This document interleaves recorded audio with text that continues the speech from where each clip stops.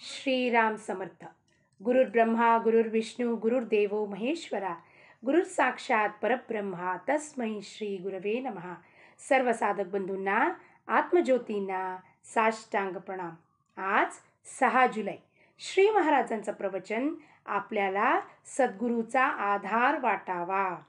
प्रपंचाचा आधार नाही वाटावा आपल्याला आपल्या सद्गुरूंचा आधार वाटावा, ज्यांनी आपल्याला नामस्मरण दिलेलं आहे, ज्यांनी आपल्याला साधन दिलेलं आहे, जो आपला मोक्षदाता आहे, त्याचा नेहमी आधार वाटावा. काय म्हणतात श्री महाराज, आपण सर्वांनी मिळून पाहूया, त्याचं चिंतन मनन मथन करूया आणि सांगितलेलं साधन कृतीत आणून सर्वांनी आनंदात राहूया, याचा आटोकाट प्रयत्न करूया. काय म्हणतात श्री महाराज, वेळ प्रसंग येईल तसे वागणे उचित आहे आणि त्याबद्दल मनावर परिणाम होऊ देऊ नये. म्हणजे काय, वेळ प्रसंग येतो, घरी आपल्याला काहीतरी आपण एकमेकांशी बोलतो, कुणाशी का असो ना, बायकोशी असो ना, नवऱ्याशी असो ना, मुलांशी असो ना, सासू सासरे असो, दीर नणंद कोणी का असो ना, वेळ प्रसंगी आपल्याला तसं बोलावं लागतं, वागावं लागतं, पण त्याबद्दल मनावर परिणाम होऊ देऊ नका. म्हणजे काय, त्याबद्दल त्या गोष्टी धरून मनावर परिणाम करून एकमेकांशी बोलणार नाही, भांडणार किंवा त्याचा एवढा क्रोध किंवा द्वेष मत्सर करणार की मी तुमच्याशी आयुष्यात कधी बोलणार नाही, असं काहीतरी करू नये. मनावर त्याचा परिणाम होऊ दे नये. आज जे आपल्याला सांगायचं होतं आपण सांगितलं, पुन्हा उद्या काय झालं, परत आपण नॉर्मल व्हायचं, तेच धरून बसायचं नाही. परमात्म्याच्या चिंतनात मन गुंतले असताना अवांतर गोष्टींचा परिणाम त्यावर होत नाही. हे बघा, अवांतर गोष्टी म्हणजे जे काय आपल्या जीवनात घडतं, काही भांडण झाले की मी तुमच्याशी बोलणार नाही, आयुष्यात तुझं तोंड पाहणार नाही म्हणून भाऊ म्हणणार, बहीण म्हणणार, सासू म्हणणार, हे नाही.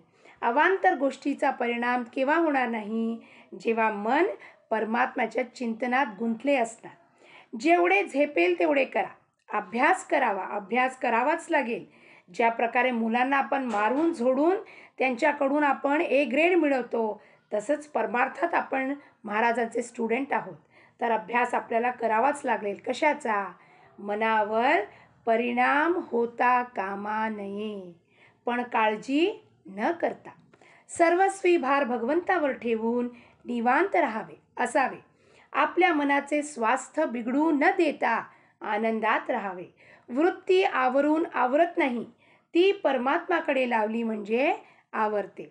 आपली वृत्ती उठली, आता कुणाला फोन करून काही बोलायचं आहे, कुणी आपल्याला घालून पाडून बोललं, त्यांनी मला त्या दिवशी सांगितलं, आज मी फोन करून त्याला परत 4 गोष्टी ऐकवतो, अशी वृत्ती आवरत नाही. ते काय करावी, त्या क्षणाला 2 मिनटं आपण पॉज करावं. ज्या प्रकारे टी व्हीचा रिमोटमध्ये पॉज बटन असतो किंवा कॉम्प्युटरमध्ये असतो, लॅपटॉपमध्ये पॉज बटन असतो, आपल्या जिभेला, आपल्या वाचाला पॉज करावं आणि शांतपणे 2 मिनटं विचार करावा. हे गरजेचं आहे का बोलायला आपल्याला? कित्येक भांडणं, कित्येक मनस्ताप, द्वेष तिथेच थांबून जाईल. परमात्म्याकडे लावली म्हणजे ते आवरता येईल. राम इच्छेने सर्व चालते आहे असे लक्षात ठेवावे. संकट आनंद दोन्ही भगवंताला सांगावेत. ज्या स्थितीत भगवंताने ठेवले त्या स्थितीत समाधान मानावे. आता संकट आलं तरी ते रामाला सांगावं आणि आनंद झाला तर ते सुद्धा रामाला, रामा आज तुझ्यामुळे मुलीला MBAचा सीट मिळाला रे रामा, म्हणून नैवेद्य करावं. संकट आलं, काहीतरी झालं, ठेच लागलं, रामा तिथे गेले होते मी, आज मला पडली किंवा झालं काहीतरी, उणे झाले, दुखणे झाले, तेही रामांना सांगावं. ज्या स्थितीत मला ठेवलेलं आहे सर्व काही त्याच्या इच्छेने चालू आहे, म्हणजे आनंदात राहू आपण. अंतःकरणात सुप्त असलेले भगवंताचे प्रेम जागृत होण्यासाठी काही निमित्त लागतो. तीर्थयात्रा आणि साधू संतांची भेट हेच ते निमित्त होय.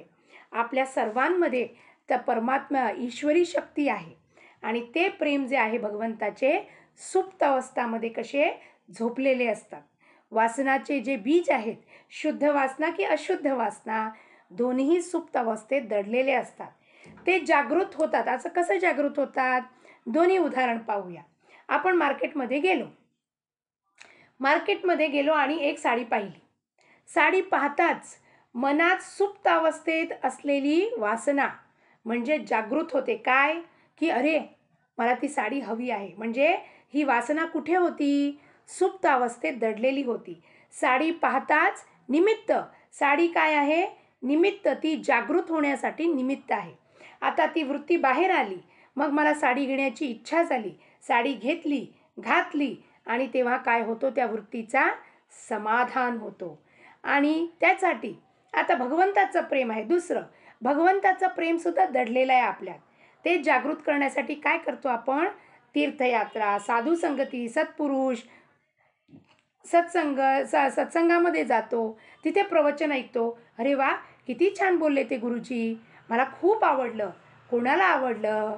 आतमध्ये सुप्त अवस्थेमध्ये भगवंताचं जर प्रेम दडलेलं होतं, त्याला आवडलं.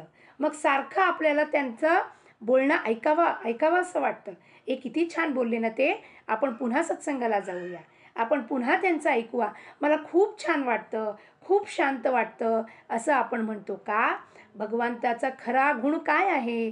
दैवी गुण म्हणजे शांती, समाधान, दया, सर्वाभूती प्रेम, हेच भगवंताचे गुण आहे आणि ते आपल्यातही आहे. श्री रामचंद्र ही तीर्थयात्रेला जाऊन अनेक संतांची दर्शन घेऊन आले. संतांच्या अहंकाराला जिवंत राहताच येणार नाही, कारण परोपकार करायला लागणारा परचा ठिकाणावर नाही. तर मग दुसऱ्याकरिता मी काही केले ही भावना व्हायला आधारच कुठे राहिला? मी दुसऱ्याकरिता करतो ही भावना आपल्या प्रापंचिक लोकांमध्ये आहे.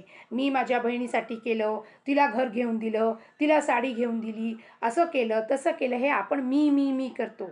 पण संतांच्या ठिकाणी ते अहंकार जिवंतच नसतं, कारण त्यांना कोणीही पर म्हणजे दुसरा कुणीही वाटत नाही. सर्व काही, सर्व लोक माझे आहेत. परमात्माने दिलेल्या वसुदैव कुटुंबकम, सर्व लोक माझे असल्यावरती तिथे दुसरा कोण आहे? कुणा दुसऱ्यासाठी संत करीतच नसतात. सर्वांना सांगतात, ते सर्वांना प्रेम देतात, सर्वांना नामाला लावतात. ही भावना व्हायला आधारच कुठे राहिला? विषयाच्या लालसेने सत्समागम करणे हा खरा सत्समागम नव्हे. संत कधी कधी आपल्याला विषय देतात हे खरे, पण एकंदरीत आपल्याला विषयाचं वीट आणण्याचाच त्यांचा प्रयत्न असतो. आपण सद्गुरूंकडे गेलो तर ते आपण काय प्रॉब्लेम घेऊन जातो. गुरुजी, असं झालंय हो, काय करू? बरं बाळ, हे मंत्र करा, हे साधन करा, 21 दिवस करा, 3 महिने करा, तुम्हाला बरं होईल, रिझल्ट मिळतो आपल्याला. पण ते करण्याच्या मागे हेतू काय असतं? की आपल्या सर्वांना ते नामाला भगवंताकडे वळवण्यासाठी हे मन, हे सगळं विषयाची देतात, लालसा देतात, पण ते कायम नसतं. त्यांची कायम इच्छा काय असते? की तुम्हाला या विषयाचा वीट यायला पाहिजे. नको बाबा, बास झालं आता, किती मागणे, ते गुरूंकडे जाऊन किती मागू प्रापंचिक समस्या, एक नंतर येतच असतं समस्या. हे समस्या सोडवण्यासाठी गुरुचा वापर करून घेतोय का? असं मनात वीट आला पाहिजे आपल्याला. संतांच्या घरी नुसते पडून राहिल्याने शुद्ध भाव येईल. भगवंताच्या नामातच सत्संगती आहे, कारण नामाच्या मागे भगवंताचा अस्तित्व आहे. विषयाची उर्मी हे मायेचे स्मरण होय. जेव्हा विषयाची उर्मी झाली आपल्याला, लोकांची, वस्तूची, समजा मायाने आपल्याला फास घातलेला आहे, आणि नामाचे स्मरण हे भगवंताचे स्मरण होय. आज अरे, माझा हनुमान चालीसा म्हणायचं राहून गेलं, मग कुणाचा विचार करतायत तुम्ही? विचार करा. आपण हनुमानजी बद्दल विचार करतोय. अरे, सकाळपासून आज माझं हनुमान चालीसाचं हे होतं, हनुमान चालीसा वाचलंच नाही मी, म्हणून आपण कुणाचं ध्यान करतोय? हनुमानजीचा. एक वेळ तुम्ही हनुमान चालीसा नाही म्हटलं तरी चालेल, पण तुमच्या ध्यानात कोण होता? हनुमानजीच होता. तपश्चर्येचे सर्वात शेवटचे फळ काही असेल तर परमेश्वराच्या ठिकाणी अनन्य भावाने शरण जाण्याची बुद्धी होय. ती बुद्धी आपल्याला झाली पाहिजे. एकदा शरण गेल्यावर आपल्याला आपण उरूच शकत नाही. आपण म्हणजे मीचा संपूर्णपणे विसर्जन होऊन जातो. त्यालाच शरणागती म्हणतात आणि हीच परमार्थातली अत्यंत श्रेष्ठ गती आहे. आपण आपल्या सद्गुरूचे आहोत असे छाती ठोकपणे सांगत चला, मी माझ्या सद्गुरूचा आहे, हे माझे सद्गुरू आहे, श्री महाराज माझे सद्गुरू आहे, छाती ठोकपणे सांगत जा. काही नाही केले तरी चालेल, पण आपले सद्गुरू आपल्या मागे पुढे आहेत अशी दृढ भावना असावी. मला सुख-दुःख दोन्ही नाहीत, पण तुम्ही दुःखी झालात तर मला दुःख होते. तेव्हा तुम्ही मनाला दुःखच होऊ नये असे वागा. प्रपंची माणसाचा दुःखाची मला पूर्ण जाणीव आहे. ती जाणीव ठेवूनच भगवंताचे नाम घ्या असे मी सांगतो. जे मी सुरुवातीला सांगितले तेच शेवटी सांगतो. तुम्ही कसेही असा, पण भगवंताच्या नामाला सोडू नका. जेव्हा आपण दुःखी होतो, महाराजांना फार कष्ट होतो. ते म्हणतात मला सुख-दुःख काहीच नाहीये, मी भावातीत आहे. पण तुम्ही जेव्हा दुःखी होता तर मला तुम्हाला बघून दुःख होतो. म्हणून तुम्ही काय करा, भगवंताचं नाम घ्या आणि फक्त भगवंताच्या नामाने तुमचे सगळे काम होणार आहेत. जे मी सुरुवातीला गोंदावलेला आले की मी तुम्हाला नाम घ्यायला सांगतो आणि शेवटी तुम्ही जाताना सुद्धा नाम घ्या हेच सांगतो. आजचे बोधवचन, तुम्ही नुसते नाम घ्या, बाकीचे सर्व मी बघतो असे श्री महाराज आश्वासन वचन देतात आपल्याला. फक्त नाम घ्या, फक्त नाम घ्या, बाकी सर्व ते आपल्याला पाहून घेतील. जानकी जीवन स्मरण. जय जय राम.